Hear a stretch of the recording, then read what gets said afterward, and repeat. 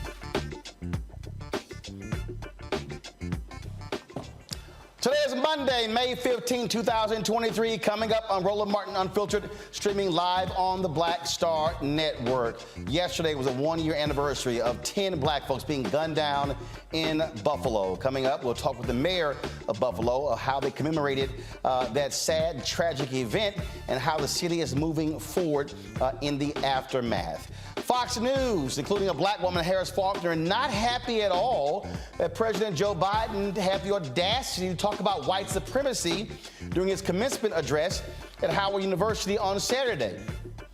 I'm going to do a little deconstruction and breaking down how the white supremacist network is quite hypocritical, and also show you how dumb some of those people are who clearly don't know anything about American history. Also, on today's show, federal prosecutors have dropped all charges against Andrew Gillum and one of his associates after a jury deadlocked on all of the various counts. We'll tell you exactly what took place there. Also, the lawsuit in Mississippi has had a decision when it comes to that complex, that's court complex in Jackson that largely covers white Jackson, Mississippi. We'll tell you exactly what happened in that particular case as well.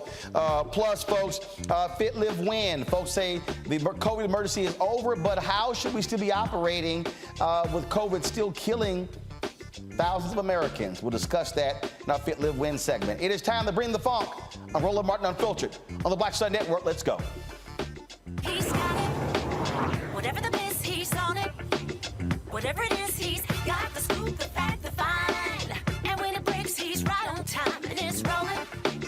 Best believe he's knowing. Putting it down from sports to news to politics. With entertainment just for kicks, he's rolling. It's Uncle Roro, y'all.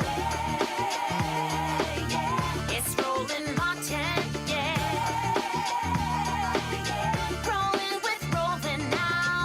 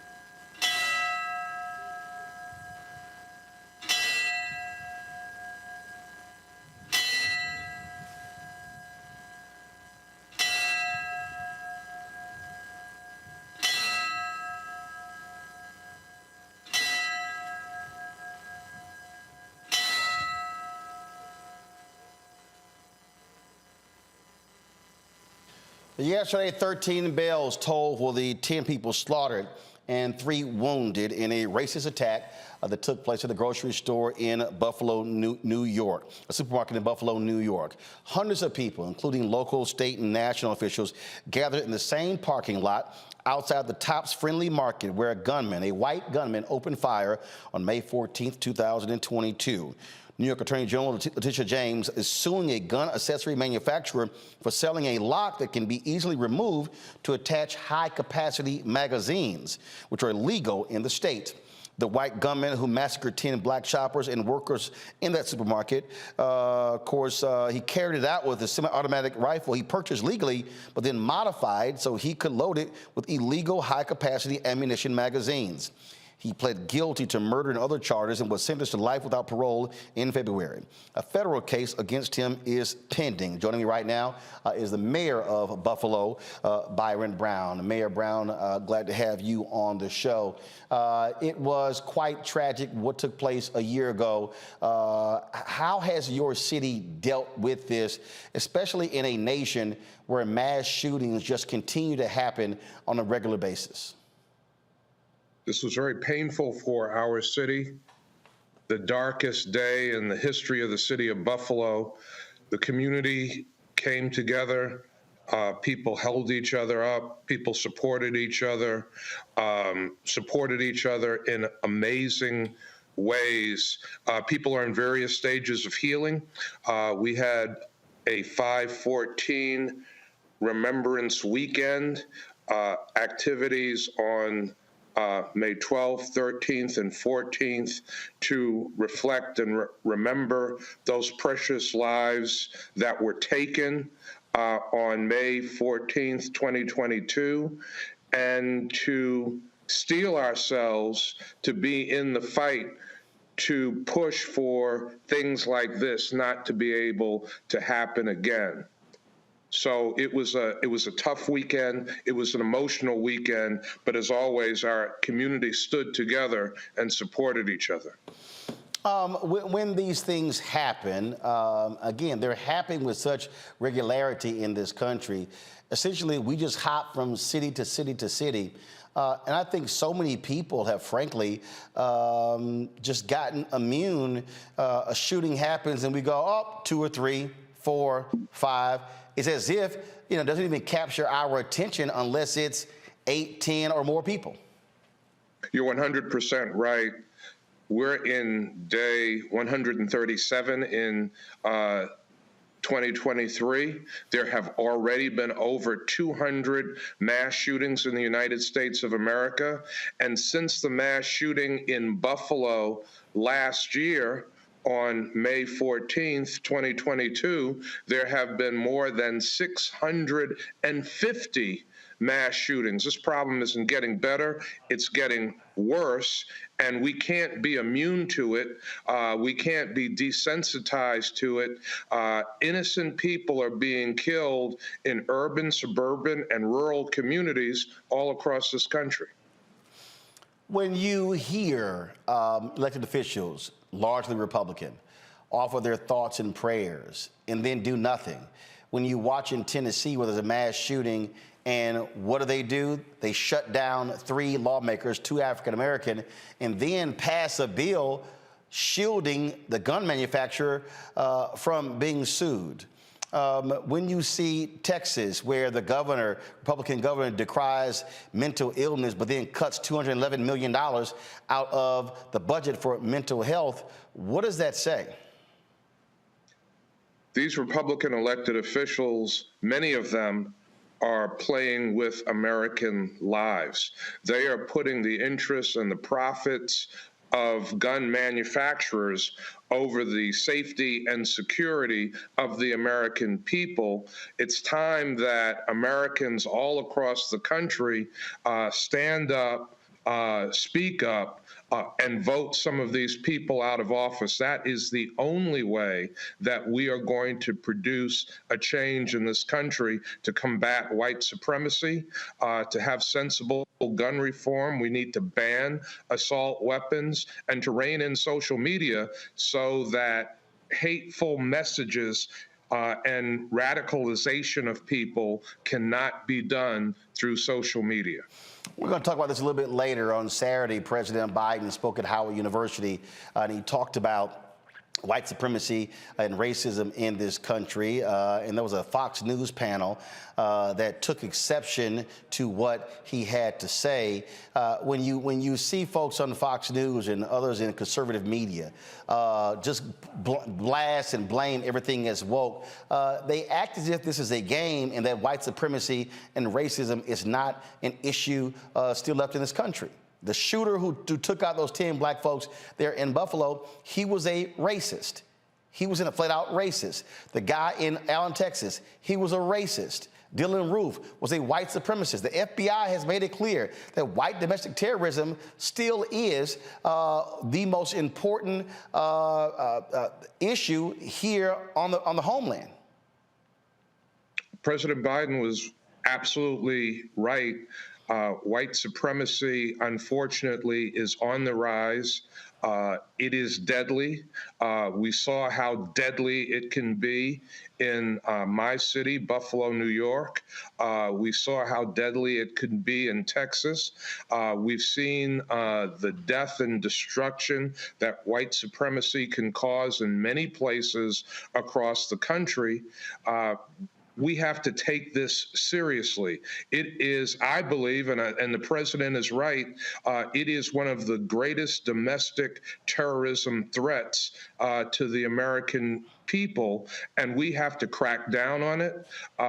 One of the families in Buffalo that lost their mother and grandmother, the Whitfield family, they have made white supremacy and cracking down on white supremacy their mission. And I think more people across the country should make it their mission to fight white supremacy and put an end to that danger, that cancer that is growing in our country. So, last question for you. Obviously, it has been one heck of a year.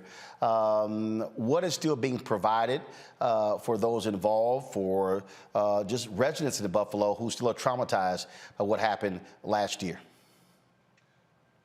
Governor Hochul has announced millions of dollars that will flow for homeowners, for home repair, to small businesses, for business investment, money that will flow to the community for mental health care. Certainly, this was a very traumatizing event, not just for the families of those whose lives were taken, the three individuals who were shot and wounded, and many survivors who were in the store, who were outside the store. There are people that have not been able to go back to work, children who are doing poorly in school. We have been appealing not only to the state government, and Governor Hochul is providing significant resources, but the federal government to provide more resources. The president came here.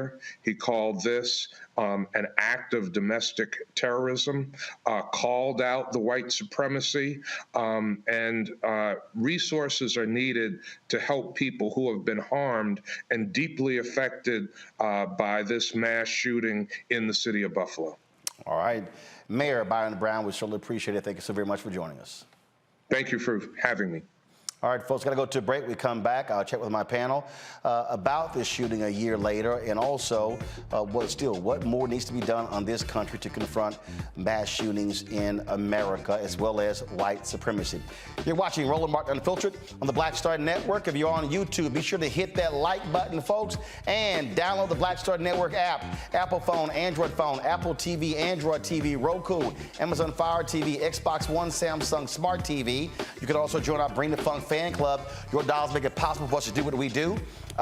See your check and money orders. P.O. Box 57196, Washington, D.C. 20037-0196. Cash App, $ RM Unfiltered. PayPal, R Martin Unfiltered. Venmo is RM Unfiltered. Zelle, Roland at RolandSMartin.com. Roland at RolandMartinUnfiltered.com. Be sure to get a copy of my book, White Fear, How the Browning of America is Making White Folks Lose Their Minds. Amazon, Barnes & Noble, Target, Books A Million. Also, download your copy on Audible. We'll be right back.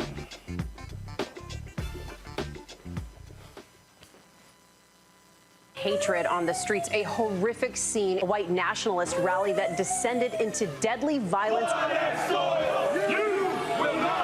White people are losing their damn minds. As an angry pro-Trump mob storms the U.S. Capitol, we've seen We're about to see the rise of what I call white minority resistance.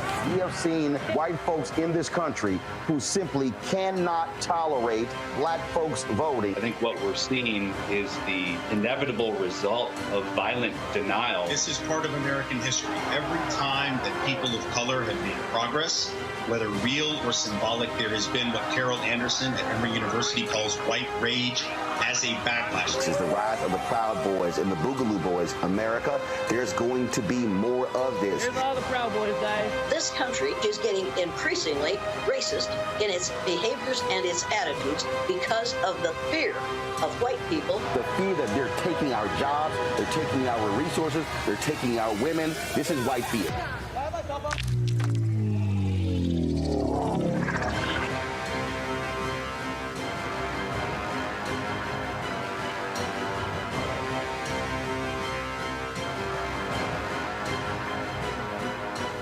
Black Star Network is here. Oh, no punches! I'm real revolutionary right now. Thank you for being the voice of Black America. All momentum we have now, we have to keep this going. The video looks phenomenal. See, there's a difference between Black Star Network and black-owned media and something like CNN. You can't be black-owned media and be scared. It's time to be smart. Bring your eyeballs home. You dig?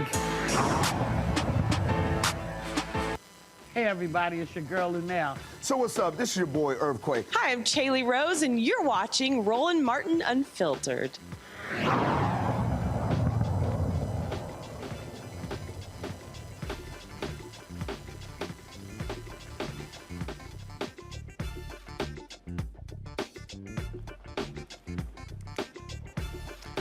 All right, folks, time to present our panel, Dr. Julianne Malveaux. She's the Dean of the College of Ethnic Studies, California State University, Los Angeles. She's out of L.A. Dr. Amakongo Dabinga, Senior Professorial Lecturer, School of International Service, American University. He's here joining us from D.C.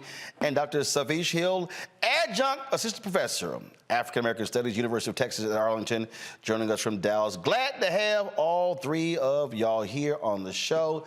Let's start with you, Julianne, and that is this here. I mean, so many people were shocked and stunned last week, but not black folks. We've had to deal with the terror in America since the moment people of African descent were first brought here. When you look at what took place during Jim Crow, the lynchings and the race riots and the murders, black folks just trying to swim, black folks just trying to live. So this terror that is constantly visited upon us, we have had to deal with it from the beginning. Well, precisely. And people want to minimize the impact that terror has on individuals. Years ago, Richard Wright wrote that when there's a lynching in Mississippi, he could feel it in Chicago. And I think when we look at Buffalo as an example, we look at all the rest of this stuff, our people are traumatized. I have the privilege of visiting Buffalo about a month after that shooting with some of the Black Lives Matter LA team. And the women there were a couple of women who were in the store, and they were still crying, still shouting, crying out. One woman, she and her daughter both worked at that Tops Market, and she was frantically looking for her daughter. They both found each other, but she was still shaken. But we've been shaken. We've been shaken when we're lynched for nothing, shaken when we attempt to do economic empowerment and find, like in Elaine, Arkansas, 200 Black people lynched because they dared try to organize, because they dared try to get their little sharecropping pennies up just a few more pennies. And so we understand this, which is why we see the timidity in some Black people. We see the Uncle Tomism in others, frankly, those who acquiesce to white supremacy. And I wish we could find another word, Roland, besides white supremacy, because they're not supreme. They're inferior. But, when we say white supremacy, somehow I think we reinforce some of that. I want to find another word, white paranoia, white ignorance. But the fact is that we have, as you say, we have been in this situation being terrorized, brutalized, marginalized since we stepped foot on these shores. Amakongo, again, Dylan Roof, this shooting, and others. And when you look at these people who act as if, oh, this is no big deal, you're making too much of this. I'm going to get into this in a moment. Well, I got a few things to say to the idiots at Fox News, including Harris Faulkner, a black woman, just mocking this notion of white supremacy, white nationalism, and the hatred that still exists in this country for black people. It's sad. Not only are they mocking and disrespecting us, but it's also been, once again, attached to these cultural wars where we see all of these issues now that are happening. There is some type of Republican candidate or governor or congressperson that's going to latch onto it. We see the case with Governor Abbott in Texas with Daniel Perry, who killed a Black Lives Matter supporter, getting all of the support. Now, clearly, we don't know where Daniel Penny lies, the person who killed Jordan Neely, but we know that his family has connections to the Trump camp organization and DeSantis and has raised over $2 million as well. And for his defense, during this whole time when everybody was villainizing Neely, Penny has had time to scrape his social media platforms and all of these things. My point is that whenever these situations happen, whether we're talking about a Dylan Roof, the Buffalo shooter and the like, the people in power are also gravitating towards this to help build their case and build their cause as it relates to their identity politics. And they're taking this right into 2024. And they're talking about this isn't serious. I'm right here in D.C. The Patriot Front just had hundreds of white extremists, I'll say that, Dr. Malvo, white extremists marching right here in the Capitol. So they are only growing. They are only more emboldened. And the only way we're going to continue to win is to continue to fight them in every way, shape, or form. And we're getting to this later with Faulkner and Fox. But like you said, Roland, we can't let them minimize it. We got to call them out in every single way, politically, economically, and socially, because if not, they're going to keep explaining this stuff away, while at the same time, hate crimes are going to continue to rise, and our community is continually #1 for hate crimes targets in this country. Pamela, this is video here of those racists marching in D.C. this weekend, and the reality is they are proud, they're vocal, and what we have to understand that these racists, they are becoming even more emboldened because their patron saint, Donald Trump, says we're good. And they still have to hide their faces. So that tells you a lot, because what you're scared of, if you're so bold and you're so-called supreme, show your face. And apparently they don't know about the history, because they came here to America on a ship. They slaughtered the native people who were here, and they believe that they are the true Americans. And again, we have to really pay attention, because this is something that is growing. It is growing, and we have to be prepared for it any way that we need to. You know what I'm saying? But again, these are cowards. Look at them. Their faces are covered. If they're so bold and so bad, why don't they show who they are? Well, you're absolutely right. And look, I mean, the bottom line is, these folks are going to continue to do what they do. And again, they're being emboldened by their supporters in the Republican Party, Julian. And I mean, that's just a fact. Well, emboldened and basically rallying around, like they're the money that the man who killed Jordan Neely, I'm not even going to call his name. I'm not even going to call his name. But the murderer who killed Jordan Neely, he's got GoFundMe pages, millions being raised for him to assist him with his legal defense. And so basically, they are trying to rewrite a narrative that we reject. We have to continue to reject the narrative. And I like what Sister said about them covering their faces. This is a throwback to the Ku Klux Klan and the pillowcases on their head. I guess they were pillowcases, I don't know. But in any case, we see is our country in crisis. And the National Urban League's State of Black America this year really lifted up the whole threat in terms of white extremist terrorism. And we see it time and time again in cities all over the country. And then you see these broken Black people. Broken. We should be empowered. That pain should turn into power. It should make us want to fight more and harder, because if we don't fight, we are going backwards. 22 states now, laws against teaching critical race theory. I don't know how many states have eroded the Voting Rights Act and more. They are attempting to go back to the 18th century, frankly, and we aren't going back.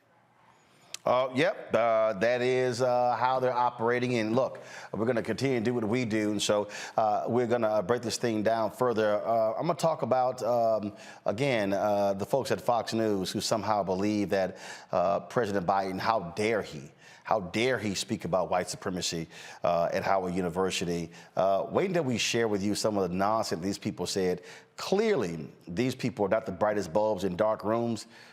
They probably haven't read any American history. We'll try to break it down for you. You're watching Roland Martin Unfiltered on the Black Star Network. It's a pivotal time. I remember Kevin Hart telling me that. He's like, man, what you doing, man? You got to stay on stage. And I was like, yeah, well, I'm young, thinking, like, I'm good. And he was absolutely right. What show was the other time? This was one-on-one. Got it. During that time. So you're doing one-on-one, going great, you making money, you like... I'm like, I don't need to leave. I don't need to leave from, Wednesday, Thursday to Sunday. I didn't want to do that. It was just like, I'm going to stay here. Or I didn't want to finish work Friday, fly out, go do a gig Saturday, Sunday. I was like, I don't have to do that. And I lost a little bit of that hunger that I had in New York. I would hit all the clubs, run around. Sometimes me and Chappelle or me and this one or that one, we'd go to the Comedy Cellar at 1 in the morning. And that was our life. We loved it. You do 2 shows in Manhattan, go to Brooklyn, leave Brooklyn, go to Queens, go to Jersey. And I got complacent. I was like, I got this money, I'm good. I don't need to go chase that, because that money wasn't at the same level that I was making, but what I was missing was that training. Yes. Was that. And it wasn't the money. It was the money. It was that's what I needed.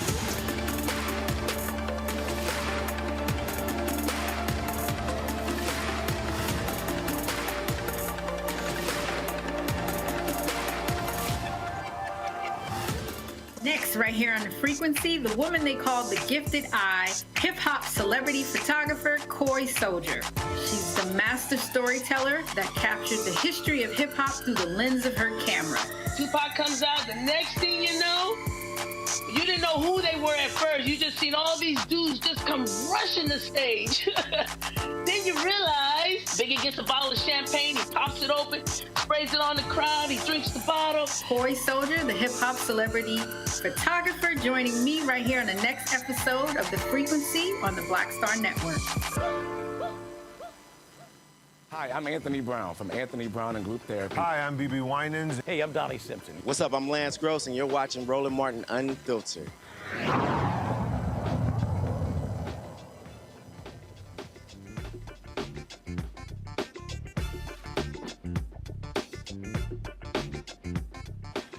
Let's get it.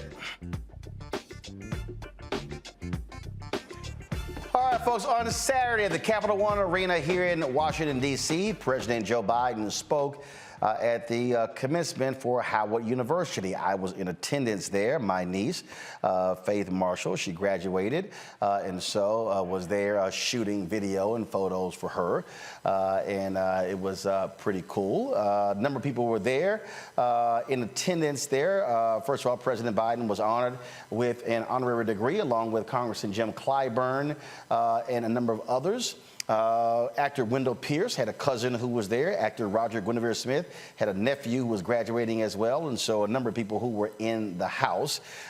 During his speech, President Biden talked about what his administration has accomplished that impacts African Americans, but he also talked about the threat in America when it comes to racism and white supremacy. We know that American history has not always been a fairy tale. From the start, it's been a constant push and pull for more than 240 years between the best of us The American ideal that we're all created equal and the worst of us. The harsh reality that racism has long torn us apart. It's a battle that's never really over. But on the best days, enough of us have the guts and the hearts to stand up for the best in us. To choose love over hate, unity over disunion, progress over retreat. To stand up against the poison of white supremacy, as I did my inaugural address, to single out as the most dangerous terrorist threat to our homeland is white supremacy.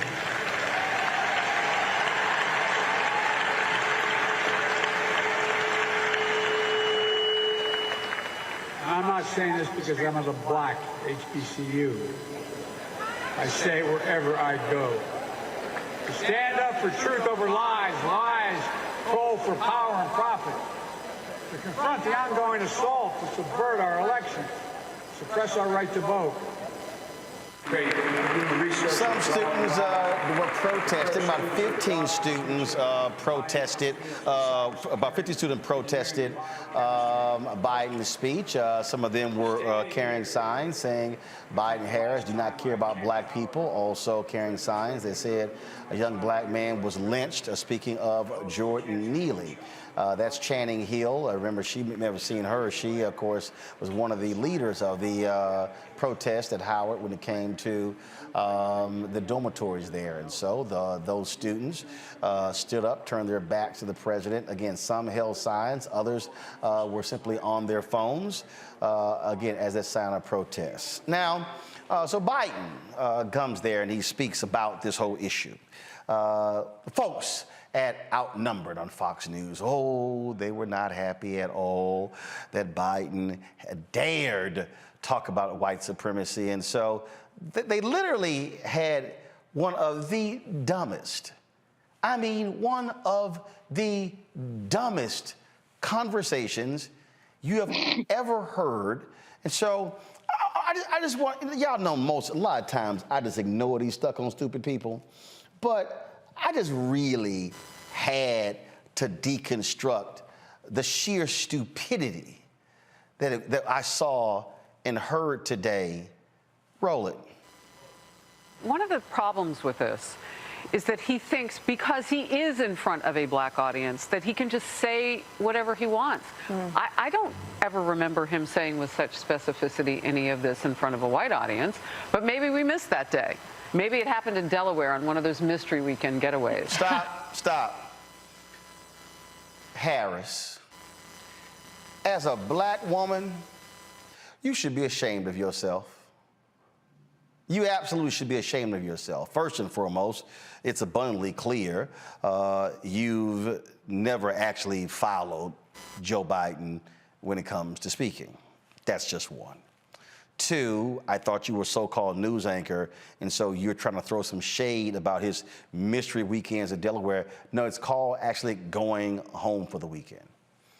What's also silly with your comments, Harris, as one of the few black people on air there at Fox News, you didn't listen to the speech, nor did you read it. Because if you actually did, and again, I was there, you would have realized that Biden, talked about student loan debt, talked about police reform and accountability, and a host of other issues. But see, he thinks he can say whatever he wants. Well, actually, Harris, when you're the president, you typically can say whatever you want. Now, I've actually given 20 commencement addresses. I don't know about you. I don't know who's ever invited you to speak at a commencement. And guess what? In all 20, I kind of said what the hell I wanted to say. Yep, sure did. So it's called commencement speaker prerogative. So you may know nothing about that, Harris. So keep rolling it. But this is really important because there is domestic terrorism in our country, and you can look at the facts and see where that's coming from. You can also say that two things are true. Things can be a problem without being the number one or the only problem. But right now, our sovereignty is at stake. Right now, people are still fighting high prices of things. Like we're in the midst of history making for all the wrong reasons. The blacks in that audience care about that. You don't think that we care about the economy? Of course. I mean, come on, you don't have to victimize us to reach us, but that's what he does. No one's putting us in chains. That's a great point. And look, come back. That was just stupid, Harris. I mean, that was just some dumb shit you just said right there. Okay? The director of the FBI, Harris, has gone before Congress on numerous occasions and actually said the #1 national security threat is white domestic terrorism. Oh, I noticed how you didn't want to say white. I noticed, Harris, how you just conveniently didn't say white.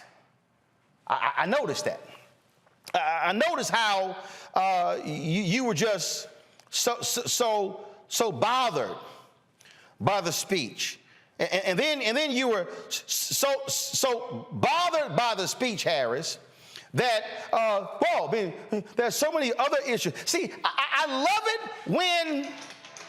when you're a president who's talking about white supremacy, and you as a black woman go, but why you got to bring that up? Why can't you talk about some other stuff? No. Why don't we stick to the white supremacy part? See, that's why for some folk, it becomes an embarrassment, if you will, for black people to have you sitting up there, Harris, just saying just dumb shit. Just dumb. Just dumb. And then you also show your sheer ignorance, Harris Faulkner, when you clearly never read it. You clearly never listened to it. In the speech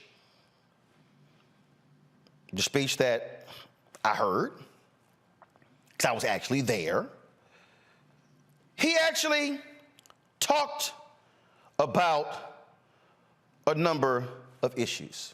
In fact, do y'all see my iPad?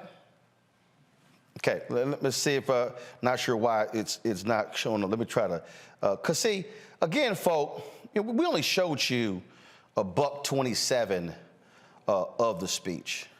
What we didn't show you was all of it. Now, we live streamed it. On the Black Star Network. So if you actually want to hear the full speech, you can actually hear the full speech. And we did that because, again, when you're a credible news organization like we are, and Harris Faulkner's Fox News, they're not credible at all. They don't bother to do those things. And so in his particular speech, Biden talked about Mother's Day, things they went through. He mentioned South Carolina State. He mentioned the other honorees and talked about them. And then also, as you go through this, he shouted out the Divine Nine in the speech. He talked about a number of things, including the first black vice president, the first black female vice president, Howard U. graduate, showed them some love as well. In the same speech, he talked about the first African-American woman, who got on the Supreme Court. Yep, talked about that. Talked about the issue of violence in the country. Go to my iPad, come on. So he talked about, look at this here right here, y'all. He talked about Charlotte and the crazy neo-Nazis and the white supremacists. Yep. See, he talked about all that sort of stuff like that, fighting against those forces. In the same speech, y'all, he talked about the history of this country and what we must deal with, the history in this country, dealing with lies, talked about record turnout, voter suppression, political violence, mentioned the bomb threats that were against HBCUs all across the country, talked about putting democracy on the ballot, talked about, I'm sorry, Harris said Didn't Harris say, well, there are other things that are so crucial that black people care about? He didn't mention those things. He sat here and said for affordable health care and housing, the right to raise your family, retire with dignity, stand up against gun violence in this country, stand up against books being banned and black history erased. Yeah, I kind of see that kind of stuff in the speech. He also, like, I'm just scrolling right here as he walks through it, talks about the sinister forces, talked about what they have to do as a graduating class, and what he said, with your voices and votes, I was able to feel my commitment to put the first black woman on the Supreme Court of the United States. Talked about the judicial nominees being more diverse than ever, including African Americans. He said right here, he said, because of you, you turned out, you spoke up, you knew, you showed up, and the votes counted.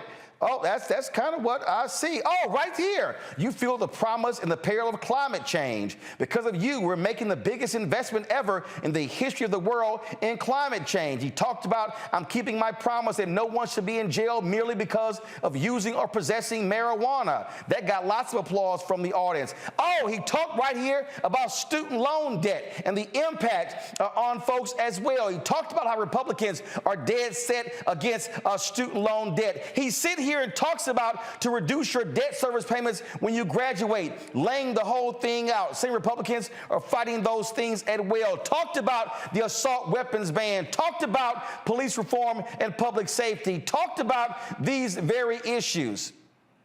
Right here, George Floyd, the bill, banning chokeholds, restricting no-knock warrants, establishing a database. It's amazing. Oh, talks about the investment to HBCUs for doctors and lawyers and judges.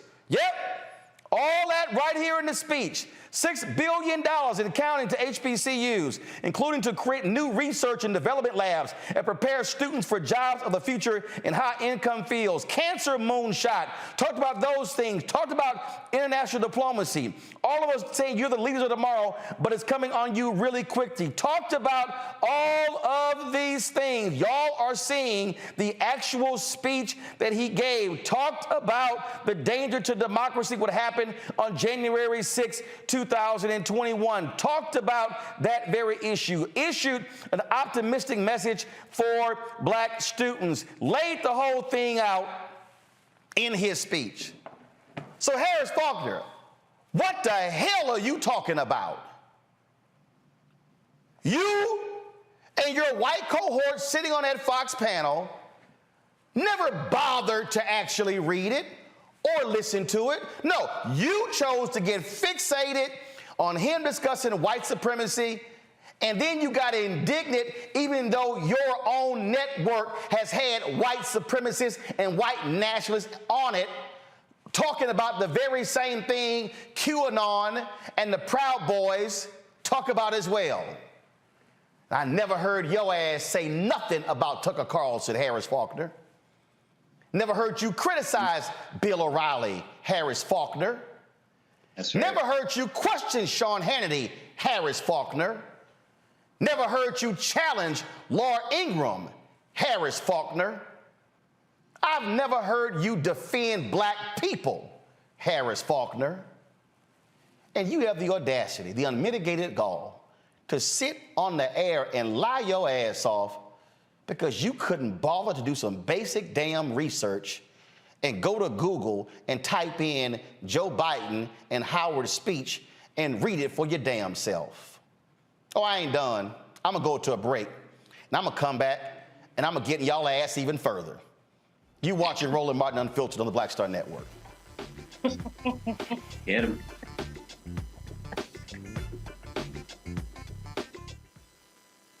On the next Get Wealthy with me, Deborah Owens, America's Wealth Coach, nurses are the backbone of the healthcare industry, and yet only 7% of them are Black.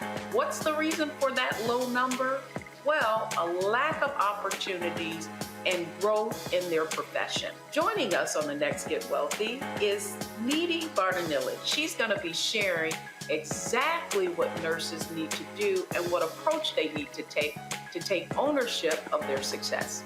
So the Black Nurse Collaborative really spawned from a place and a desire to create opportunities to uplift each other, those of us in the profession, to also look and reach back and create pipelines and opportunities for other nurses like us. That's right here on Get Wealthy, only on Black Star Network.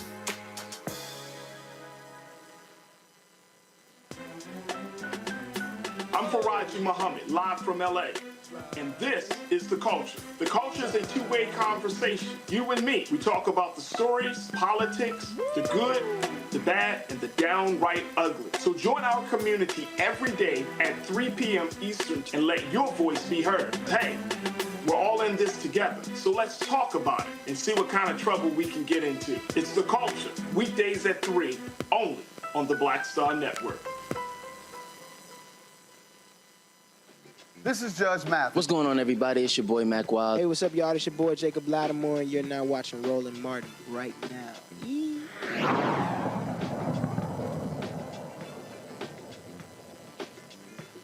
All right, y'all. So here's more of the sheer stupidity that they air every day on Outnumbered on Fox News channel.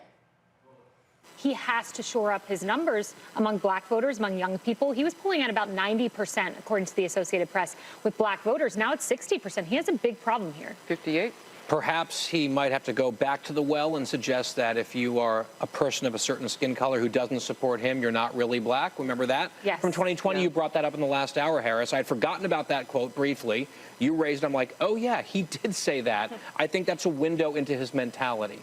Not necessarily into his heart, but into the way that his political brain works and what he's trying to do. That's fair. And speaking of pandering, let me just throw this right back to you. When he said, I'm not saying this because I'm here, I'm saying this everywhere I go. Where? Yeah, is that not a pander to that specific audience? I think it sits next to it on, like, the digital Websters, maybe. Like, that is exactly a pander. And when he says, I'm not just saying that to blacks at an HBCU, I'm just thinking, does he not know the B in HBCU stands for black? Like, why are you saying it twice? Like, you're really double selling this. You're really trying to put this out there. And by the way, there are a lot of people who teach at HBCUs. Who knows who was in that audience?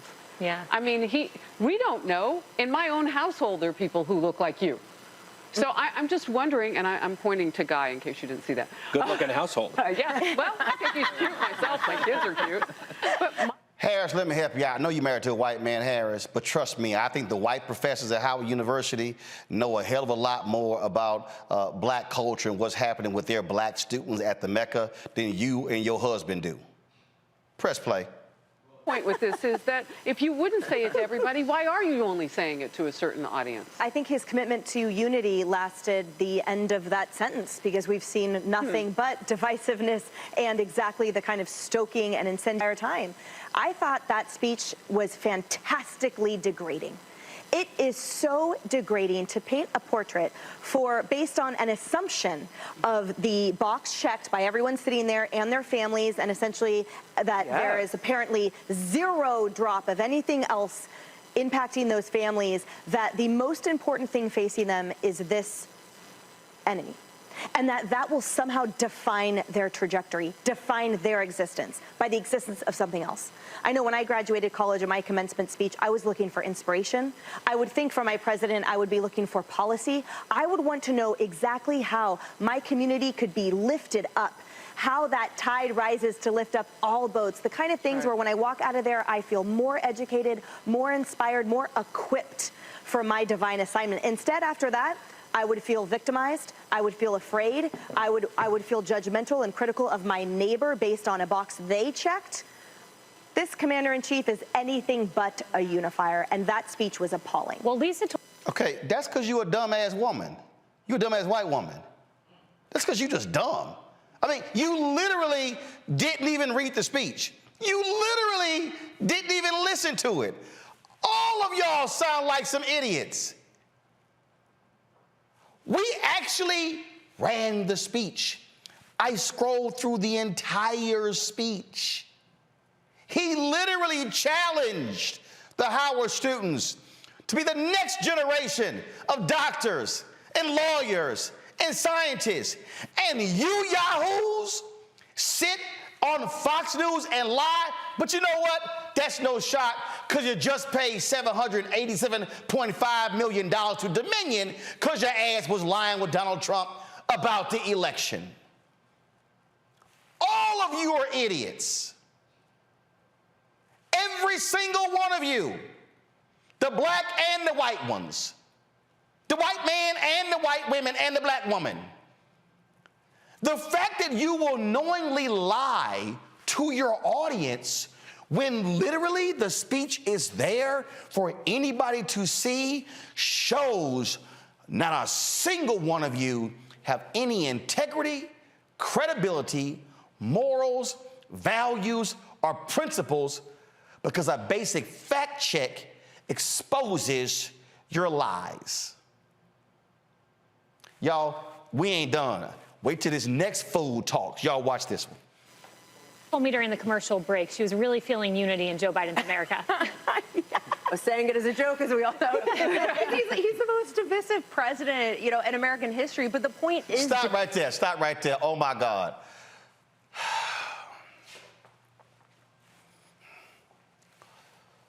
No. You're right there, right there. Please, put her dumb ass in a 2-box. Y'all, this fool just said, oh my God, he's the most divisive president in American history.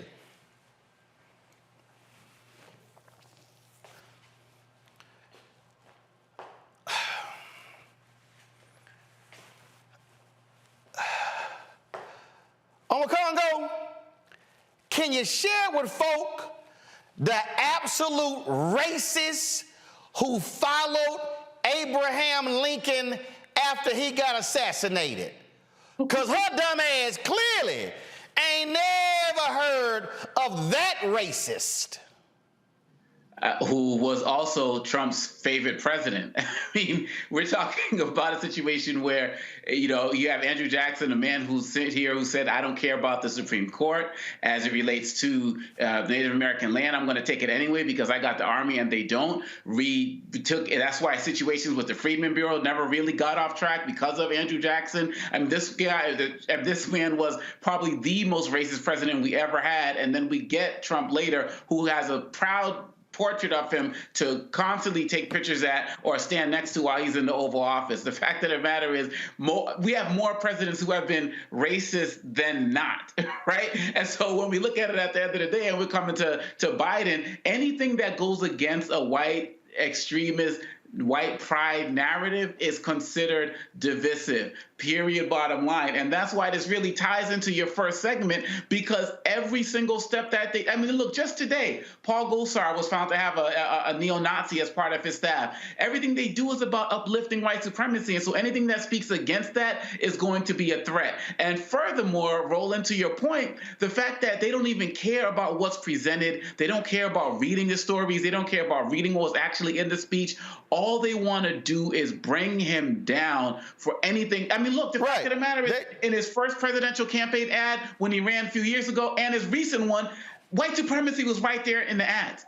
Everywhere he's gone, he said, I'm running because of what happened in Charlottesville. And so he literally does talk about this everywhere he goes. Presidential debate, called out Trump, which is what led Trump to say, stand back and stand by. So their ignorance is why Tucker Carlson was found to not even be able to be called a credible news source. But here's the deal. This is who they are, and you are exposing them 100%. But here's the deal. Okay, so he said this here. Pamela, please share with our folk about that racist Herbert Hoover who led the lily white faction of the Republican Party. You know, there's some reason why we don't want to know the truth. We want to find anti-black people who will speak and just say anything, trying to indoctrinate people. Understand what this term means, that the Republicans are using all the time. It means to keep telling something to the point where people don't criticize it and don't check the facts. Look at what these people have done historically and are still doing. White supremacy is on the rise and is everywhere, and we see it. We see it in the politics. that this Republican Party is pushing in and trying to erase and to change the narrative of our history, of our story. Because, in fact, let's just erase all this. Let's take this out and let's add this and let's make people think that these were the good people and racism. Well, it doesn't exist. It doesn't bother me, really. But when you're so dumb and say he's the most divisive in history, Julian, just explain to folk the absolute virulent racist who Woodrow Wilson was. Oh, please. He would not have black people in the White House. He basically, explaining it, he was not only a dyed-in-the-wool racist, he had so many other issues and challenges that people who had things named after him are taking them down. He banned black folk from being hired in the federal government. He reinstituted segregation. The man showed Birth of a Nation, that racist D.W. Griffith movie in the White House, helped promote it across the country. Roland, black people who were civil servants lost their jobs under Woodrow Wilson. They had worked their way up, and they lost their jobs because of him. I don't understand who that little chick was, whatever she was talking about, but I don't watch Fox News, so their level of idiocy is unparalleled. I don't understand who the little Faulkner, whatever her name is, that little chick is either. But between the 5 people on that panel, I think you might have had a third of a brain, because the nonsense they were spouting, especially, Biden being the most divisive. Come on. We can look at so many others. We can look at Richard Nixon with his Southern strategy. We could look, we could go further back. We could just go president by president by president. See, that's my whole point. But the problem is when one of these idiots, when they get up here and they say, "Oh my God, he was the most divisive ever," it's because their audience, they haven't read, they don't know, and so again, what she said was a flat-out, undeniable, easily proven lie. All right, let me go back to lying-ass Harris Faulkner. Harris Faulkner, who I know, I can text her lying ass right now. Harris Faulkner said, "Oh, Joe Biden brought these things up. Has he ever said that in front of white people?" Henry, go to my iPad. Here she is. Come on up, Don. Bill Macari, Joseph Borgen, Race Bouillon. Oh, hold up right there. Oh, Lord, please, can you give it to me right here, please? Because I just want to make sure, okay? I don't wear glasses. There's somewhat of a glare on my monitor here, but I got damn good eyesight. It looking like a lot of white people in this audience. I'm sitting. White. Let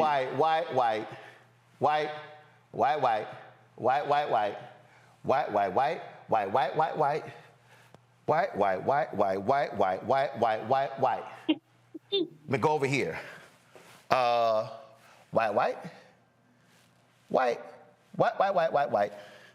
White. Do y'all know what this is? This is called the United We Stand Summit, taking action to prevent and address hate-motivated violence and foster unity. This is also called Harris Faulkner is a damn lie. She said, Biden, has he ever addressed these things in front of white people? Harris, these people look like the person you're married to. Ooh. Those are your words. So this is what happens, Harris, when you go on the air and make an ass out of yourself and just straight up and lie. Because he said these things in front of black people. I mean, so I don't recall him saying these things in front of white people. Joe Biden said, I've talked about it. That's what he said. And so you're sitting here mad because he brought it up, and what you're trying to do, you want to sit here and use black people as your foil when you didn't even bother, Harris, to actually check the facts. Yep. May 17th, 2022, President Joe Biden on Tuesday called on Americans to reject the poison of white supremacy and urged lawmakers to ban weapons of mass destruction.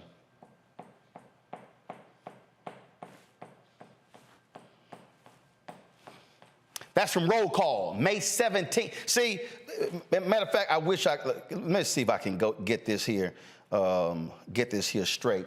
Henry, do you see my iPad here? Good. Pull it up. See, this is for Harris Faulkner, who clearly don't do no damn research. Y'all, let me show you how easy this is. I went to Google and I typed in Joe Biden discusses white supremacy. Y'all saw how easy that was? Do you see what came up? What came up was, oh, damn. It came up, his Howard University speech. Oh, it talked about remarks of Joe Biden right here. What is this? Is this the State of the Union? Oh, y'all, control room, can y'all please pull up some video of the State of the Union? Because I recall there were a lot of white people who were sitting in that audience. I don't think that was an all-black audience. Maybe Pamela Omakongo or Julian got some different information on that one. But last I checked, that's a pretty damn white room. And so according to this here search, which came up number 1, Biden mentioned white supremacy in his State of the Union address. I think a lot of white people also happen to be watching the State of the Union. So for Harris Faulkner to suggest that, oh, Biden has never talked about these things in front of white people, my God, it's amazing how Google can just make you look like a damn fool. This is literally the speech right here, y'all. So let me just go on back, okay? Right here. I told y'all, right here, boom. Oh my God. April 28th, 2021. Oh, watch. Biden said during his first joint session, joint address to Congress, white supremacy is the most lethal threat. Oh my God, were all those white people there? Oh, look at this. Lord have mercy. Biden said on April 20, he said that white supremacy is the most lethal threat to the homeland today. You know what? Since we're here, just go ahead and play it. Determined to be the most lethal terrorist threat to the homeland today. Oh, let's run it back.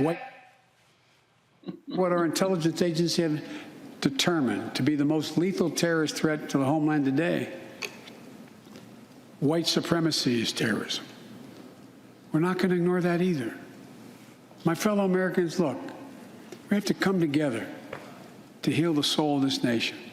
Oh, so Harris, I'm confused.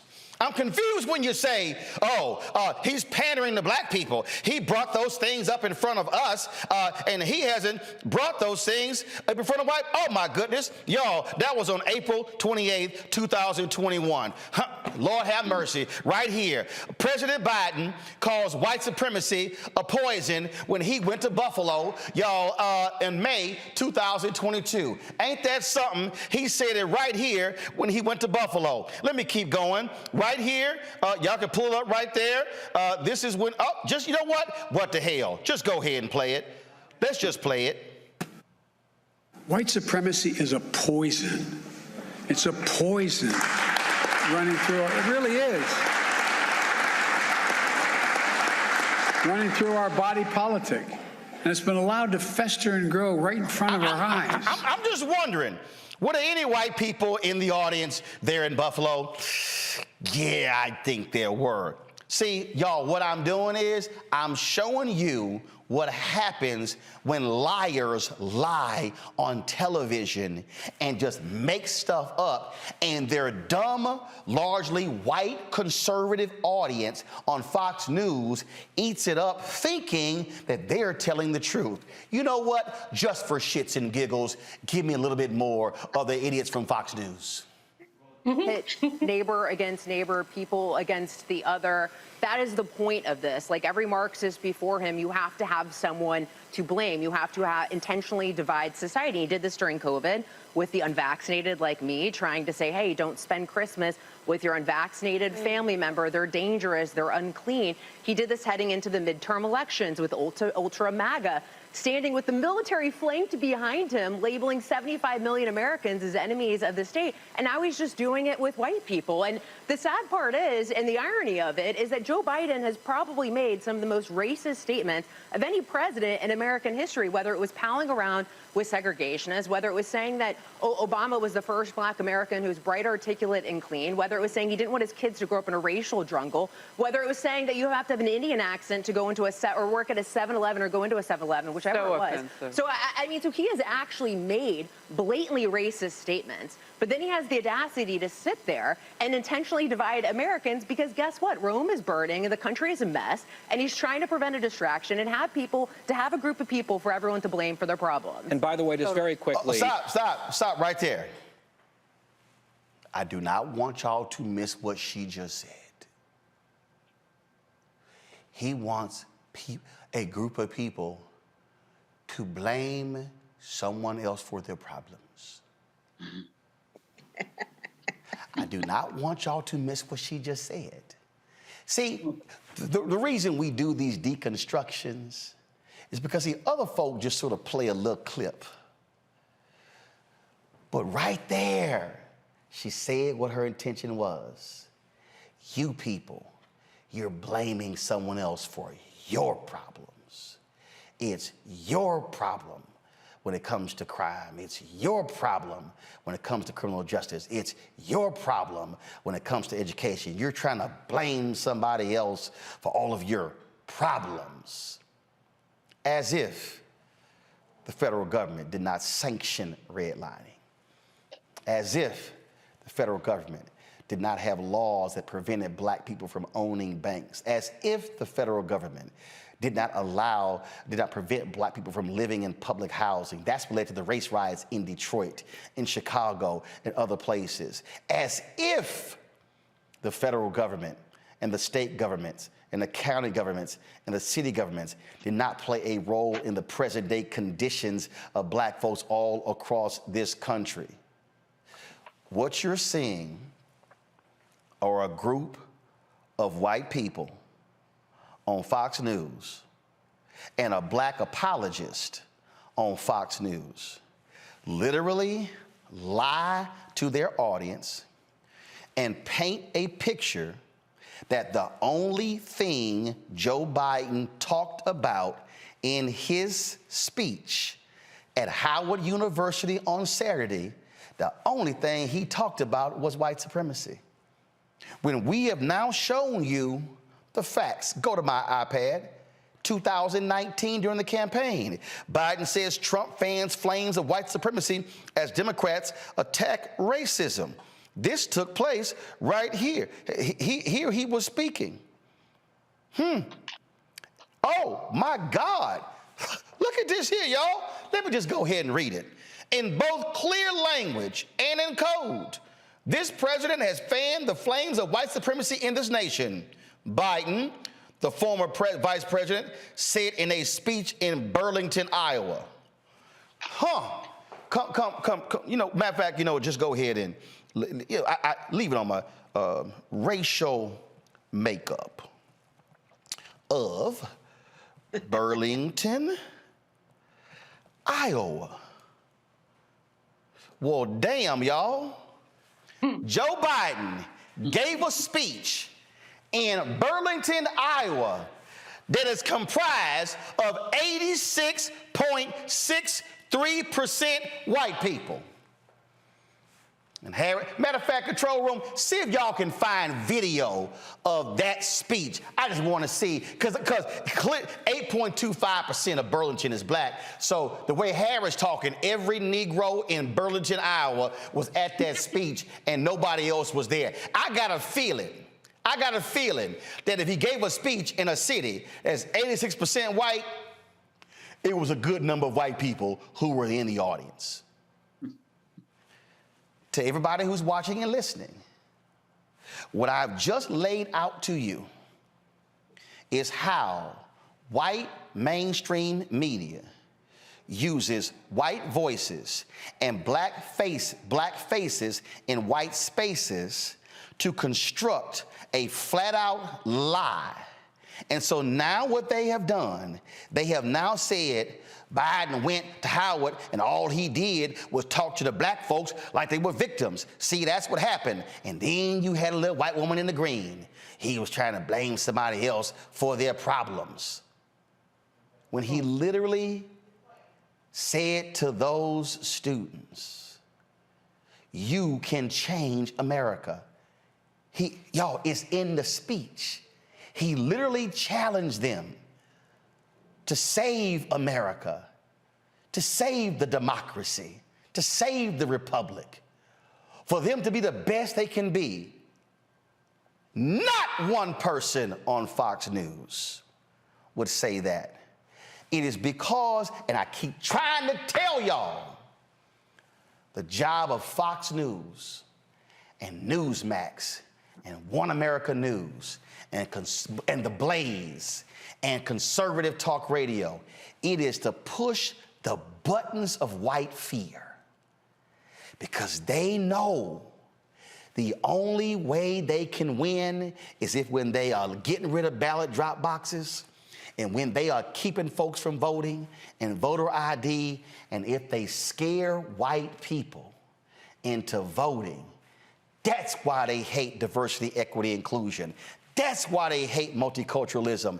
That's why they cannot stand anything that speaks to black people and Latino people and Asian people, Native American people, non-white people from being able to benefit in this society. See, they ain't gonna show you Biden talking to all them white folks in 2019 discussing white supremacy. Press play while I talk. See, facts are facts, y'all. They sitting right here. What you have just heard me do is literally take every single lie from Harris Faulkner and Kayleigh McEnany and Guy Benson and her. I want to name check everybody. I want to name check everybody. Give me the other two names while I'm looking for them right now. Give me the other two names. Lisa, what the hell is her name? I don't know. Again, y'all give me the names. Y'all, they are deliberately lying. That's why they had to pay Dominion. And I can't wait. Is it Semantic? That's the other company? I hope they take their ass to the cleaners. Lisa Booth, and who's the other person? Emily who? Emily Campagno, Lisa Booth, Kayleigh McEnany, Guy Benson, and Harris Faulkner. Shame on all five of y'all. And you know what? Shame on you, Suzanne Scott, the CEO of Fox News, because you knowingly allow your host to go on your network and just lie. I have debunked all their lies, and y'all ain't gonna correct it because your network is built on a lie. Because you're damn sure not a real news network. You're not Fox News, you're faux news. You're fake. You are truly fake news. Because that segment was simply gutter trash and a flat out lie. And specifically, Harris Faulkner, shame on you, because you know better. Or at least you should. You're watching Roland Martin Unfiltered on the Black Star Network, where we check facts before we speak. Back in a moment. When you talk about blackness and what happens in black culture, we're about covering these things that matter to us, speaking to our issues and concerns. This is a genuine people-powered movement. There's a lot of stuff that we're not getting. You get it, and you spread the word. We wish to plead our own cause Too long have others spoken for us. We cannot tell our own story if we can't pay for it. This is about covering us. Invest in black-owned media. Your dollars matter.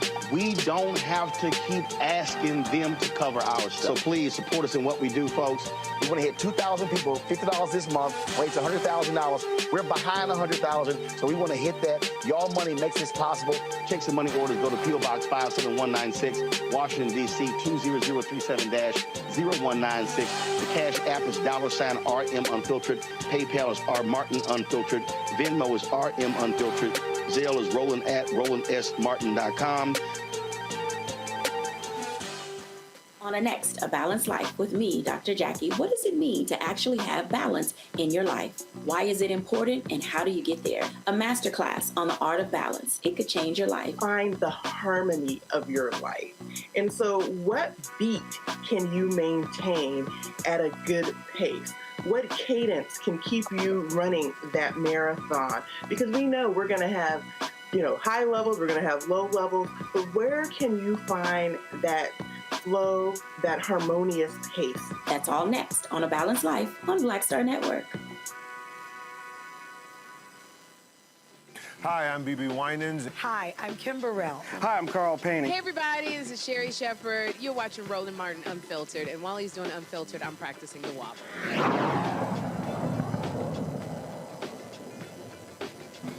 So apparently Greg Gutfeld on Fox News is the five brought up the whole white supremacy thing again. I'm going to roast his ass tomorrow. Let's talk about this here, folks. Last week, you might remember, we told you the story of Andrew Gillum and one of his associates being found not guilty on one charge.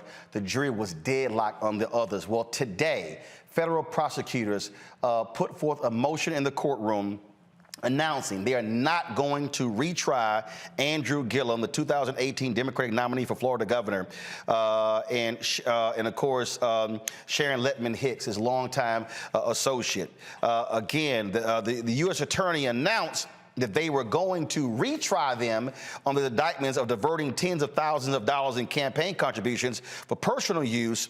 But today, they asked the judge to dismiss the remaining corruption charges against them. Prosecutors said, again, they intended to retry them, but reversed their decision. The judge did not immediately rule on the motion today, but generally judges give following the judges normally follow the prosecution's lead. Here is the real deal here, Congo.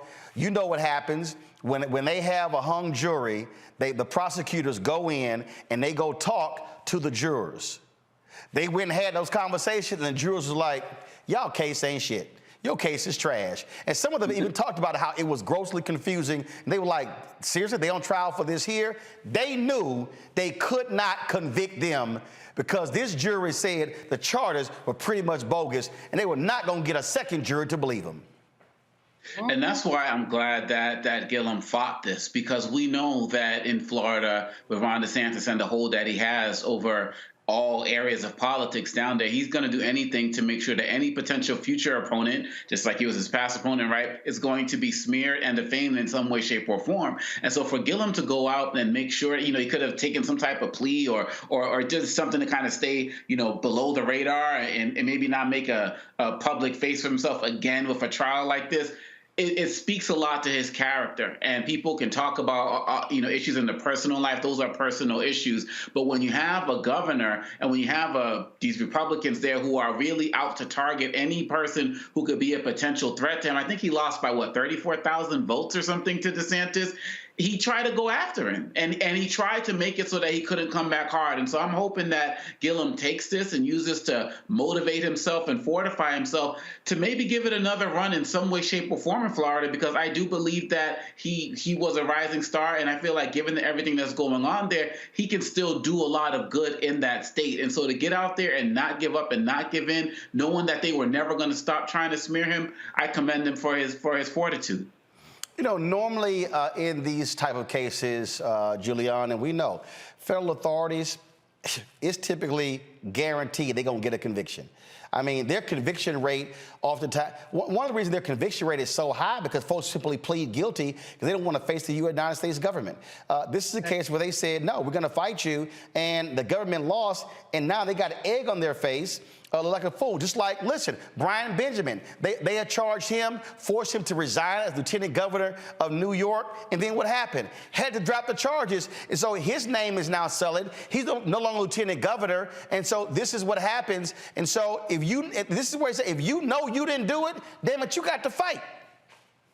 Andrew Gillum he's a hero to me for any number of reasons. He did so well in that gubernatorial, like Obakongo said, 34,000 votes off of toppling DeSantis.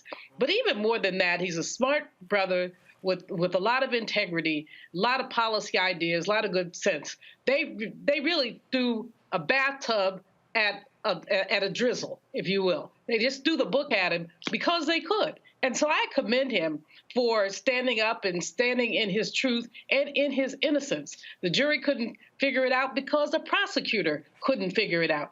But, what we have to say, I just admire the young brother so very much for so many things, but especially for his integrity here. And again, what we know about prosecutorial discretion is they can go after who they want to. They can choose to ignore who they want to.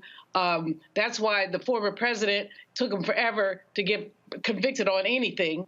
But in any case, that discretion often works against Black people, and we know that. Look, here's the thing here, Doc. Marilyn Mosby is dealing with this crap right now. The U.S. attorney in Maryland is trying to go after her for saying she withdrew money early from her own retirement account. Y'all spending that time, and so and here's what they do. It leaves for you to rack up hundreds of $1,000s in legal bills, leaves you in debt, even if you are acquitted. Exactly. Dr. Hill, go ahead. Yes, there has always been an effort to remove Black folk who are in political positions or seeking. There was a time, you may remember, when a majority of Black council persons were being investigated. They went into their offices and went through their things, and it's just this fear that if these people get up in office, if these Black folks who have integrity, who are honest and who care about their communities get into these positions, we're going to see these changes. And so you have these other folks who are trying their best to find whatever they can to knock us down. But as you can see, we keep coming back, and I am so elated to know that we see people like this brother who stand up, who speak out, and it encourages other young people who want to run for office to have a path to follow, to know what they need to do. So it's very encouraging, again, that he didn't back down. He stood up and said, come on, you're going to have to fight me, and I'm ready. Oh, absolutely. And so, again, they now get to move forward. And so hopefully they will be able to recover from this, because typically, again, when they come after you, you have mountains of debt and legal bills. And unlike when a white man kills a Black man on a subway station, you don't have $2 million that's raised by folk for your legal defense fund. And then you don't have folks like Governor Ron DeSantis tweeting out, hey, kick them some money to defend themselves in court. Literally, Daniel Penny has raised more than $2 million through his GoFundMe, and folk like Governor Ron DeSantis actually posted on social media for folks to give to this man's legal defense fund for choking a Black man to death. And the fools at Fox News don't think whiteness is real. You're watching Roland Martin Unfiltered on the Black Star Network.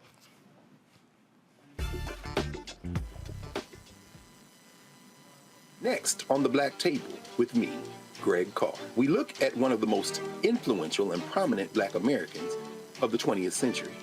His work literally changed the world. Among other things, he played a major role in creating the United Nations. He was the first African American and first person of color to win the Nobel Peace Prize. And yet today, he is hardly a household name. We're talking, of course, about Ralph J. Bunche. A new book refers to him as the absolutely indispensable man. His lifelong interest and passion in racial justice, specifically in the form of colonialism. and he saw his work as an activist and advocate for the Black community here in the United States as just the other side of the coin of his work trying to roll back European empire in Africa. Author Cal Rostiala will join us to share his incredible story. That's on the next Black Table, here on the Black Star Network. Next, right here on The Frequency, the woman they call the Gifted Eye, hip-hop celebrity photographer Coy Soldier. She's the master storyteller that captured the history of hip-hop through the lens of her camera. Tupac comes out, the next thing you know, you didn't know who they were at first. You just seen all these dudes just come rushing the stage. Then you realize Biggie gets a bottle of champagne, he pops it open, sprays it on the crowd, he drinks the bottle. Coy Soldier, the hip-hop celebrity photographer, joining me right here on the next episode of The Frequency on the Black Star Network.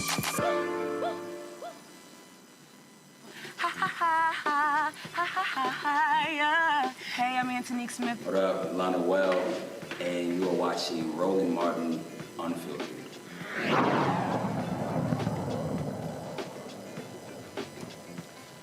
A judge in Mississippi has ruled against 3 Jackson residents who filed a lawsuit challenging a House bill that would create a separate judicial and police force in the Capitol complex. Judge Dwayne Thomas said the plaintiff's claims failed on all merits.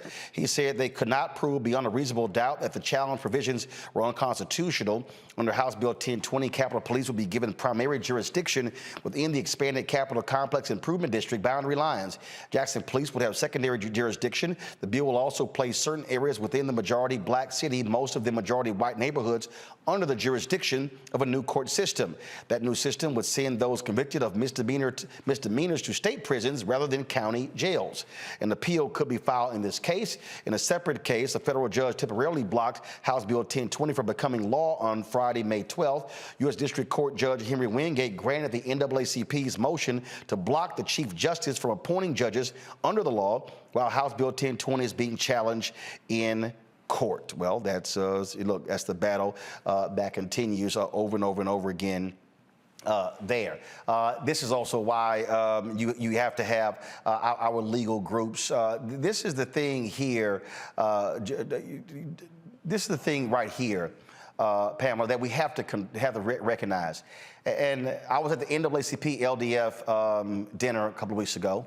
We've supported laws created for civil rights under law. I don't think a lot of folks watching, a lot of Black folks really understand what is happening, the work that's being put in, the fights and the battles that are happening all across this country by our legal organizations, our legal titans, Barbara Arnwine's Transforming Justice Coalition, and we could go on and on and on. I mean, these folks are doing the critical work needed, using the law to fight the racist things that are happening in this country. Absolutely. You know, we for some reason think that we have overcome. We're not paying attention to these new Jim Crow laws that are being instituted right before our very eyes. We're so preoccupied with stuff that don't mean anything, and we really need to pay attention to these laws because they will affect us. And we're seeing it now. We have to look, you know, I mean, things like voting, of course, the constant attack against diversity and trying to erase Black history. Not granting professors tenure if they even teach it or talk about it or even mention certain words. So it's really imperative that we try to educate our communities about what's going on. And a great place to be would be in the churches. You know, our churches used to be those spaces where we could organize. We have to get back to that, and maybe, you know, have some kind of campaign where we will talk about what's going on in our communities so that we'll know what we need to do and understand how these laws will work against us. No, absolutely. Congo, again, when we talk about this multi-pronged strategy, it is a battle, it is a war, and it has always been the case. Our legal minds have always been at work, just like those on the business side, just like those on the protest side, just like those who are out in the streets, in the suites. And so when we talk about how we change Black America for the future, it literally is going to require all of our forces moving, as Dr. King said on April 3rd, 1968, operating as a collective. Absolutely, and being involved in all things relating to law is an extreme part of the process. You know, unfortunately, the only times you really hear things on television outside of the Black Star Network relating to Black lawyers is when we're dealing with a situation of an unarmed shooting of a Black person by the police, and we have people like, you know, the great Lee Merritt and the great Ben Crump on the air, and of course they need to have their stories continue to be magnified in terms of the work they're doing. But you're absolutely right in terms of the work of the Legal Defense Fund.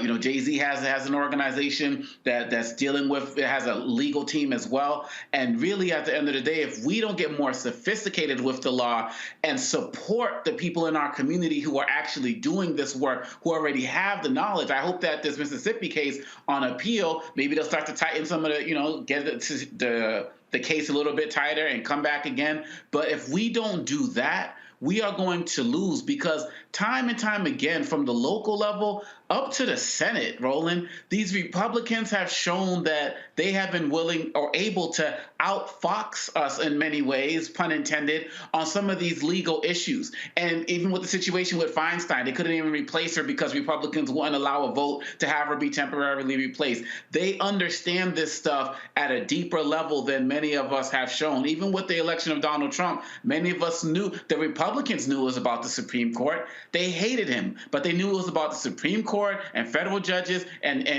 these local judges. The Heritage Foundation has a list of judges that they want approved. And so really, at the end of the day, I'm so glad you brought this up, because we need to support those of us putting in serious work in the legal profession to be able to successfully challenge these laws. And if we don't do that, then they're not going to get the support that they need. And these types of folks are going to keep on winning in places like Jackson, in Flint, and other places across the country. They already got the legislation written. They already got the policies written. We need to support the legal minds going right back at them.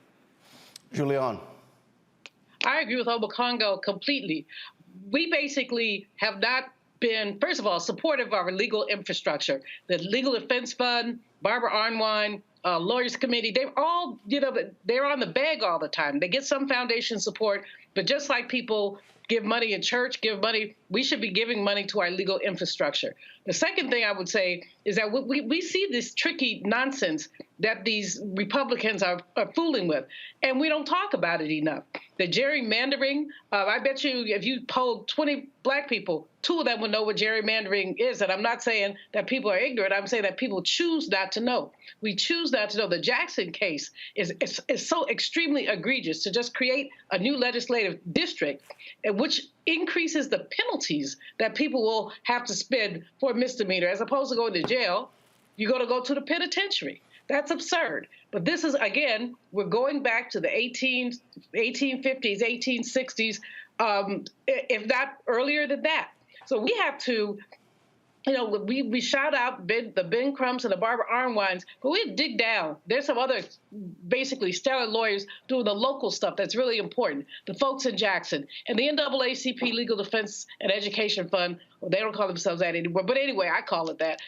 They basically deserve our full support, as does the big NAACP. We've got to do better, folks. If we don't do better, you know, let's fast forward 10 years and see where Black people are. We ain't gonna like it.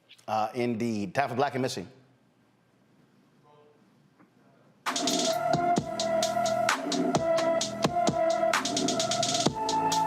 we have sound of Brandon Johnson?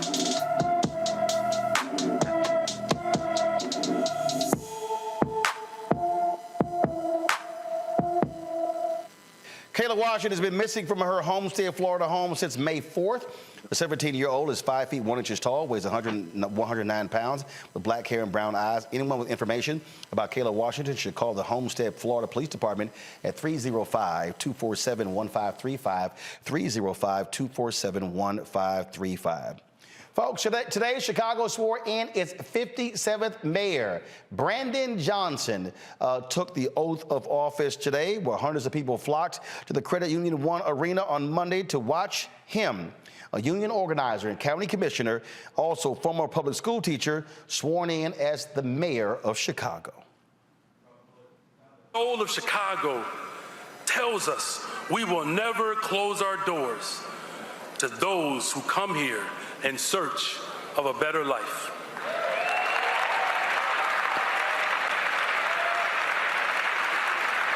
For as Scripture says, I was hungry and you gave me something to eat. I was thirsty and you gave me something to drink. I was a stranger and you invited me in. I needed clothes and you clothed me. I was sick and you looked after me. I was in prison and you came to visit me. That has always been the soul of Chicago, and it will always be the soul of Chicago.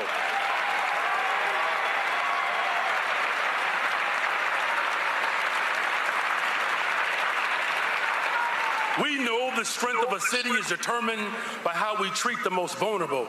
And so we choose to be a strong city. We must reject a zero-sum formulation between investing in those who have been here for decades and supporting those who have been sit here on a bus even this morning. We can do both, Chicago, and we can all thrive together. Got a tough job on his hands trying to convince these aldermen that he does not have ulterior motives. They got major issues dealing with budgets and pensions. Also, they'll be hosting the 2024 Democratic National Convention in Chicago. He also has to appoint a new Chicago police superintendent. And again, the city has been struggling with issues such as crime in bad schools. Over this past weekend, 25 people were shot in Chicago. 6 were killed, according to cops. He's got one hell of a tough job, Pamela. Well, yes, and I think that, of course, his background, particularly working in education, he'll have a different perspective on how to deal with things. And it sounds like he really has a lot of support. And I'm glad to hear someone say that we're going to open our arms to everyone, because that's what we're supposed to do. We're supposed to give, and we receive that. And I hope that, he doesn't fall down. I hope that there are people around him to make sure that he's supported. And we just have to wait and see what happens. But he sounds like he is going to make an impact, positive one. It is going to be a very tough job. But look, the voters picked him, Julian. Now it's time for him to go to work. This is a rising star. He's amazing. I've met him several times, been on the air with him, with Reverend Jackson's radio show. What's interesting about Brandon, and this is a lesson that we can all take. A year ago, he had 2% name recognition in Chicago, 2%. And he ends up winning the mayoralty behind over a well-financed police guy, Vallis's opponent, was heavily endorsed by the police union. Mayor Johnson heavily endorsed by the teachers union, and most of his money coming from unions in terms of contributions. So police education. That lets you know where he's coming from. He does have to appoint a superintendent of the police or police chief, but that's not his number one priority. He's got a lot of priorities that he's going to have to juggle, and he's got a heck of a hard job. But I believe he's equal to it. He is a protege of Reverend Jackson's. He's just really amazing. I have very high hopes, but I agree with Pamela. It's also going to be a challenge for him to get through the aldermen, who basically are stuck on difficult. Just really are stuck on difficult. But that's always been the case in Chicago. So I just hope he does well, and I'm pretty sure he will. Congo.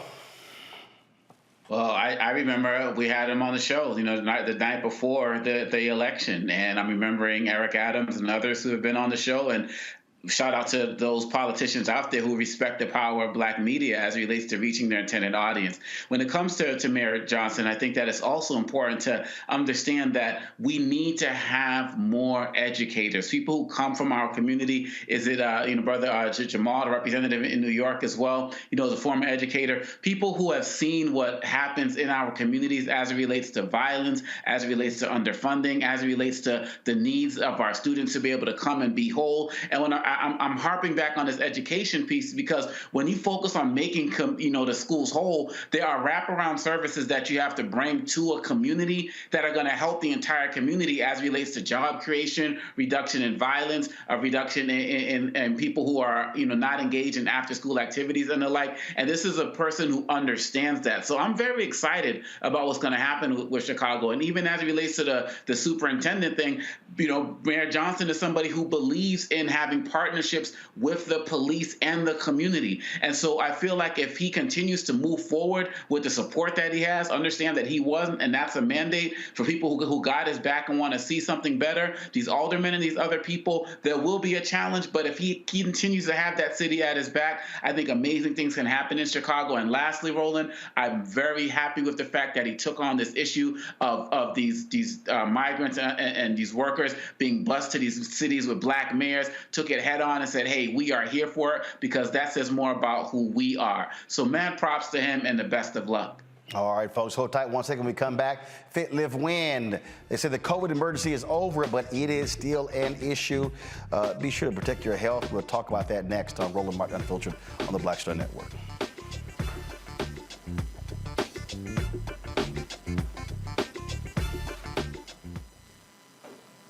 Next, right here on The Frequency, the woman they call the Gifted Eye, hip-hop celebrity photographer Coy Soldier. She's the master storyteller that captured the history of hip-hop through the lens of her camera. Tupac comes out, the next thing you know, you didn't know who they were at first. You just seen all these dudes just come rushing the stage. Then you realize Biggie gets a bottle of champagne, he pops it open, sprays it on the crowd, he drinks the bottle. Coy Soldier, the hip-hop celebrity photographer, joining me right here on the next episode of The Frequency on the Black Star Network.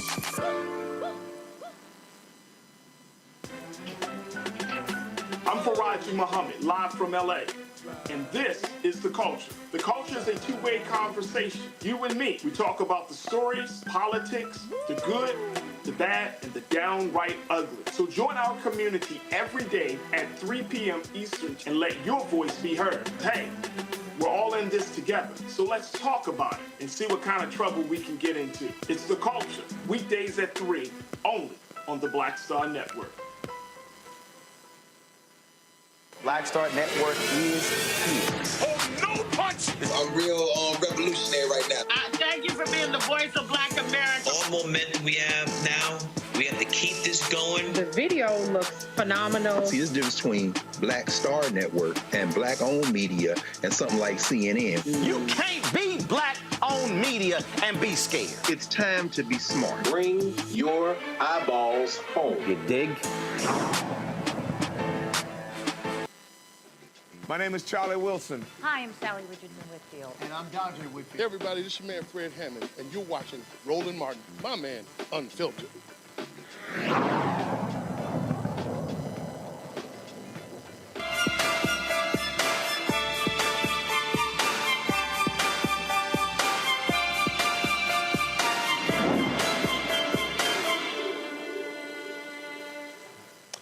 Well, the World Health Organization says COVID is no longer a global health emergency, but the numbers are still real. Here are the current stats when it comes to COVID worldwide, folks. We're talking about 106,792,474 cases. You had 1.1 million deaths since the pandemic began. Now, of course, the emergency is over, but the virus still lingers. Joining me now is Dr. Jane Morgan, the Executive Director of Piedmont Healthcare Corporation's COVID Task Force. Doc, glad to have you. I mean, the reality is, and I'll say this here, probably, look, when I fly, I still am wearing my mask. There was a study that showed that they examined fecal matter from a number of planes. 96% of what was tested, COVID was present. So that air is circulating. I'm always wearing my mask there. But it's interesting, when I've gone to other places, other outdoor events, we're not as vigilant as we used to when it comes to wearing masks and having protection. I don't actually see hand sanitizer in a lot of places like we used to. We used to be a heck of a lot more vigilant about it, but as we've gotten further and further away from 2021, things seem to be shifting. You know, I agree, and science has certainly been overridden by a lot of other messages that have confused and conflated the message coming from public health arenas and also scientific experts like myself. And so people began to get tired, more so not from the pandemic, but began to get tired of trying to constantly figure out what they needed to do today. What do they need to do on Wednesday? Did it change from Friday? What does this mean? Now we have a new variant, and then all of the multiple messages. And unfortunately, as a scientific community, including the CDC, we never did really get ahead of communication such that people were really following sound science during communications. And so you're right, we're in an endemic state. The virus has not gone away. It certainly has dampened. We are in a much better place. The majority of Americans have some degree of immunity, either with vaccination or by contracting the virus. Unfortunately, many people have contracted it over and over and over again, which also lends to a sort of carelessness and an increase of your risk of long COVID. So you're right. Here we are. We're in a better place, but COVID has not gone away. And we have about 1,000 deaths every week still here in the United States. So that's a lot of deaths. Look, what are other doctors saying, doctors and nurses? Are they frustrated with political leaders wanting to rush as quickly as possible back? Folks like, oh, no more shutdowns, things along those lines. So what are your fellow colleagues saying? Yeah, you know, hospitals and physicians' offices have always been open to everyone, regardless of your political affiliation, including people at the height of COVID who eschewed science and science deniers who then showed up in the emergency room sick with COVID and risked infecting those of us who were there and my colleagues and wanting help and really reaching out to the hospital, which is what? The hospital is the practical application of all the science that you are denying, but willing at that point to accept treatment and accept the latest therapies. We actually, we take care of everyone. So we don't ask, what is your affiliation? We take care of everyone, even though your decisions put you in that predicament, and even though your decisions now are risking the lives of our staff. We absolutely take care of everyone. So yes, there's been a level of frustration, a level of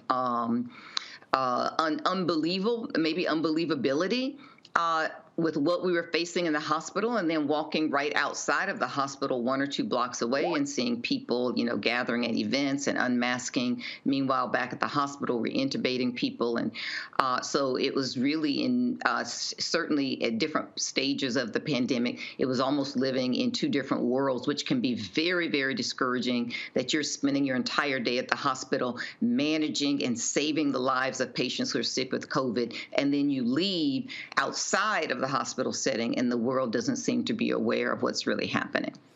Questions from the panel. Juliana, you're first. Doc, thanks for your work. I really appreciate it. If COVID is not finished, we know we're saying every week, what kind of precautions should people take other than continuing to wear masks? Are there other precautions in terms of large gatherings, et cetera, keeping social distance? What should people be doing? Well, I think people should be pragmatic, know who your social circle is. If you're going into any type of event or social event and you are unclear of what everyone's vaccination or immune status is, then you just need to use your decision-making for what you're going to do. Is it going to be a tightly packed event where you literally are walking sideways to squeeze through people? Then you may want to consider a mask. Are people going to be able to move and filter freely? And so I think at this point, when we are in restaurants or we are at tables that are placed apart from one another, you don't necessarily need to wear masks. We certainly are in an endemic state, but there may be times when you want to wear masks. So for instance, if you're in an airplane, you're seated next to someone who's coughing, or you're sitting behind someone who has a chronic cough, you may want to consider what you need to do to protect yourself, because this this virus is still endemic. Hopefully it will go away, but it may not. It's not consulting us, and it certainly can always evolve into something else that could be more formidable. Omakongo. Dr. Morgan, my question is about long COVID. You mentioned it earlier. I just feel as a layperson, I'm not hearing much about any progress as it relates to solving this issue. Are there any updates as it relates to that area? Such an excellent question. I was just talking about that just yesterday with regard to all of these long COVID cases that we're managing, and it's a plethora of them, all different types of symptoms, from mild to people who really may end up being permanently disabled. And what are we going to do about it? And what are the combination of symptoms and problems that we see? So, for instance, we know that if people got multiple infections, they're at a greater risk of developing long COVID and also at a greater risk of developing more severe symptoms. If their disease progress was also more severe, they seem to be at a greater risk of developing long COVID than if they had a very mild disease process. Most people who were vaccinated, if in fact they became unlucky enough to also get COVID, generally had a mild course, and it does appear that vaccines, even if you contracted COVID, provided some protection from long COVID. So you're right. We have a lot to learn about this. This is still declaring itself. It will be a disability issue here in the United States. And right now, you're right, it's not getting the visibility that it deserves. Pamela? Yes, thank you. Do you think that it's a possibility that COVID can become a major epidemic again? You know, I think we never say never. I hope not. I hope that we have really learned some hard lessons, because we learned them the hard way. I think Roland was very clear. We had over 1 million people die. That's a tough lesson. And if we choose to ignore that, then you're right. History could repeat itself. We certainly have seen many of the missteps of the CDC. And to be clear, the CDC is a governmental agency that was really designed for surveillance, for identification, for monitoring, and not for rapid mass emergency response. And yet that was what was required of it. And what we learned is that a lot of its data gathering techniques then were not appropriate when we were in an emergency. They have techniques that require time to gather data. They come from multiple sources, from multiple different digital platforms, some not digital platforms, some required approval, some didn't. It was all of this disparate use, which worked when you were just surveilling. But when we needed to respond, it doesn't work. So there are a lot of lessons learned, and I think absolutely we are vulnerable to another pandemic if we don't get a handle on social media, if we don't get a handle on messaging. And when I say that, I mean that the messenger in a scientific emergency needs to be science, needs to be the messenger, and not all types of people who may be famous or may have followers for whatever reason. Those people start to have the louder voices because they have the larger following, but they have the least amount of experience and the least amount of background, and did quite a bit of damage. All right, then. Well, Doc, we certainly appreciate it. Thanks a lot for joining us. And again, folks, please remain vigilant because COVID is still real. We appreciate it. All right, panel, thanks a lot. Julian, Pamela, Omakongo, I appreciate y'all joining us on today's show. Thank you so very much, folks. I will see y'all tomorrow right here, Roland Martin Unfiltered on the Black Star Network. Greg Gutfield, Fox News, batter up, you're next. Thank you. I'll be here with you tomorrow. I'll see y'all then. Ho!